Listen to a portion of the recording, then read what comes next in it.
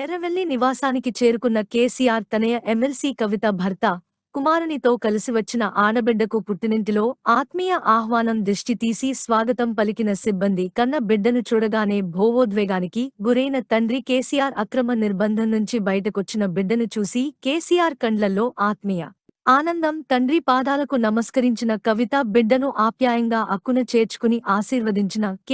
కేసీఆర్ మోములో కనిపించిన ఆనందం చాలా కాలం తర్వాత ఉత్సాహంతో తమ అధినేత సంతోషంలో భాగస్వామ్యులైన నేతలు, సిబ్బంది కేసీఆర్ పాదాలకు నమస్కరించి ఆశీర్వాదాలు తీసుకున్న పార్టీ నేతలు కవిత రాకతో ఎర్రవెల్లి కేసీఆర్ నివాసంలో వెల్లివిరిసిన సంతోషాలు.